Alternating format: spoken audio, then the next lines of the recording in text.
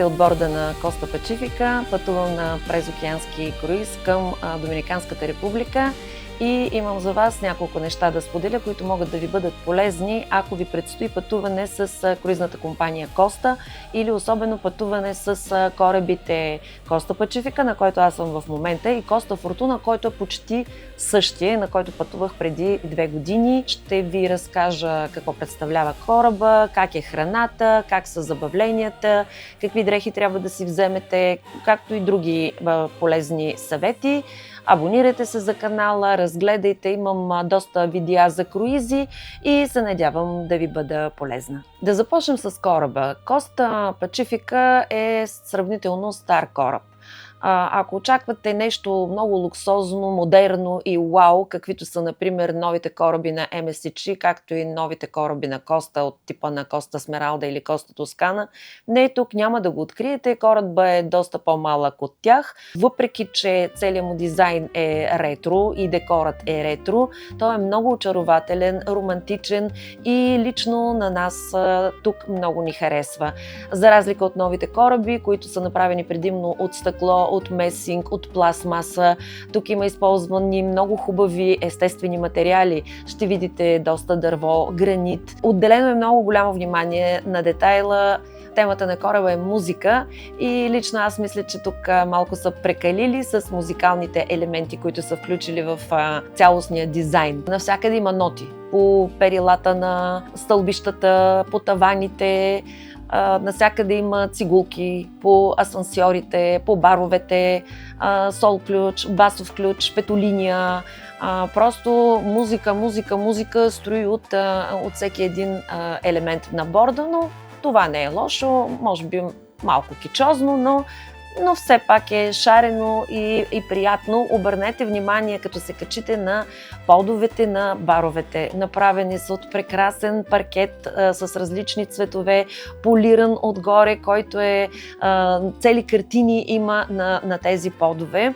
В един от баровете се играят бални танци. Така по-възрастните хора се оказва, че знаят стъпки, носят си танцовални обувки и танцуват ча-ча-ча, румба, меренге, валс, танго. Аз не танцувам такива неща, но е много приятно да ги гледаме. На кораба има едно централно фоайе с много асансьори, които стигат от 3-я до 11-я етаж. Много е красиво, цялото в светлини. В това фоайе цяла вечер има различна музика. Там сутрин можете да си пиете кафето. От това фоайе, намира се на 3-я етаж, се излизат на 2 прекрасни тераси от двете страни на кораба. Там можете да видите морето съвсем отблизо. Обикновено е тихо, спокойно. Така много приятен е тази централна част на кораба, този атриум. Там се намира също и рецепцията. И от този атриум нагоре тръгват 3-те основни етажа, на които са общите части. На 4-тия етаж има фотомагазин, фотостудио. Там много фотографии има на борда. И навсякъде ви атакуват да ви правят снимки. После можете да си закупите тези снимки. Мисля, че по 5 евро едната. Продават фотоапарати, разни такива фотографски неща. Там е също и интернет гишето, където могат да ви съдействат, за да си включите интернет, докато сте на борда. На този кораб и въобще на корабите на Коста има много хубав апликейшн, който си слагате на телефона и там можете да виждате всичко важно за вашия круиз. Какво е времето, къде се намира кораба, какво се случва в различните барове, в театъра и въобще на различните места на борда. Но за този апликейшн аз ще ви направя отделно видео, защото си струва. Той също ще ви помогне, когато сте в открито море и телефоните нямат покритие, да се свързвате чрез чат, без да сте свързани към интернет и да купувате интернет пакет, да се свързвате с хората, с които пътувате на борда, а и не само с тях. Можете да търсите да се запознаете с други пасажери и с тях също да си говорите. На пети дек, запомнете, на петия етаж са основните барове. Има един голям бар, за който аз споменах вече, с прекрасния паркет, където се играят бални танци. В дъното има друг бар, където свири една разкошна карибска група. Там се правят и дискотеки. В двете страни има два по-малки бара. Единият Виен се казва. Там е много тихо и спокойно. Хората ходят там да си четат книжки или да си говорят тихичко, или да играят карти. Ако въобще човек търси някакво уединение, на пети дек, в дъното, до кармата е Виенския бар. Бална зала се казва. Там е мястото, а от другата му страна има един син бар, който е пияно бар, ама не свират джаз вътре, ами един мъж свири разни хитове в аранжимент на пияно. Там е винения бар, има голямо изобилие от вина и можете да си направите дегустация и въобще да си пиете там виното. Също е един по-спокоен бар. Отпред на носа на кораба, на трите етажа, на трети, четвърти и пети дек, така се казват дековени етажи, се намира театъра, огромен, много красив, с много модерни светлини, с модерна сцена, която се вдига на няколко нива. Има в някои от вечерите прекрасни представления, пищни, красиви. Едно от тях беше Сапори d'Italia с типични италиански песни. Караха Веспа, техните малки моторчета по сцената, караха фиатче, много танцуваха, акцентираха на модата. Прекрасен спектакъл. Първия ден, когато се качихме, имаше фламенко шоу. Разкошно. Ние тръгваме от Барселона. Влизаш вечерта в театъра и фламенко, прекрасен спектакъл. В някои от вечерите има само някакви певци пеят. Един от тях никак не беше добър.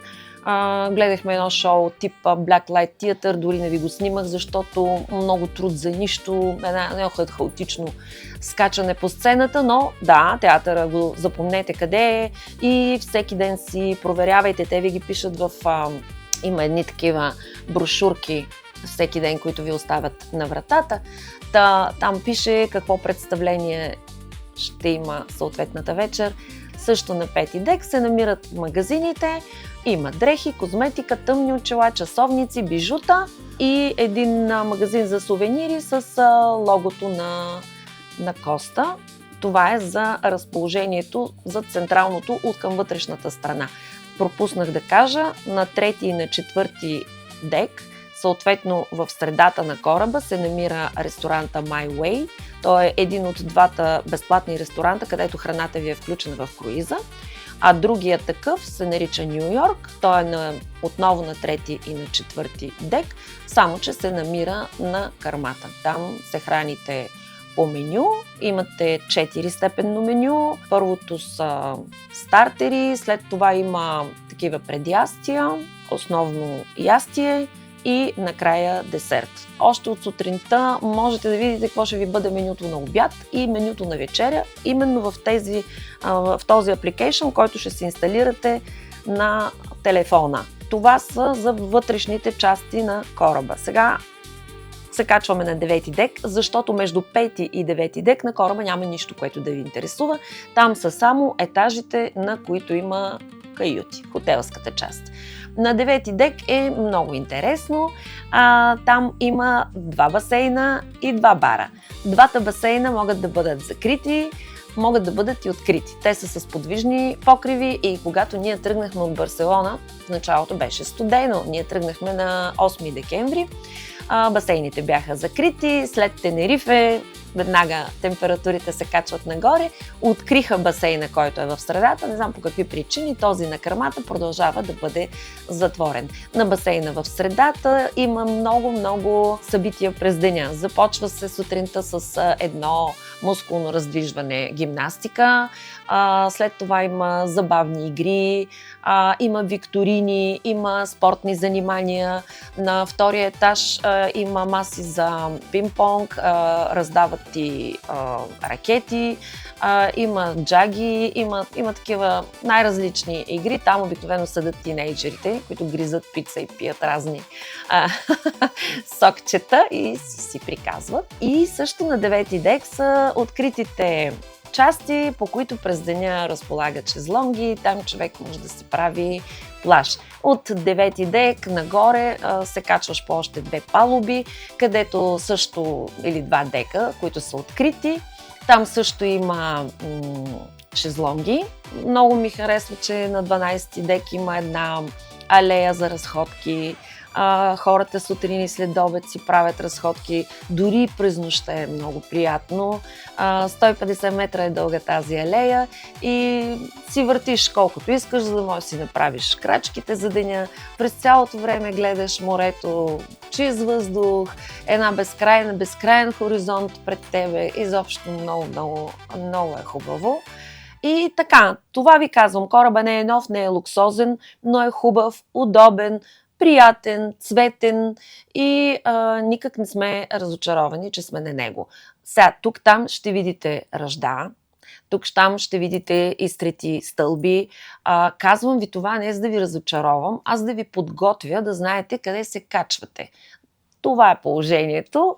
Така е, но е чисто, хората го поддържат, усмихнати са, любезни са, много хубави униформи имат сервитьорите, тези, които поддържат кораба също, барманите. Изобщо ние до момента сме много доволни на борда на Коста Пачифика.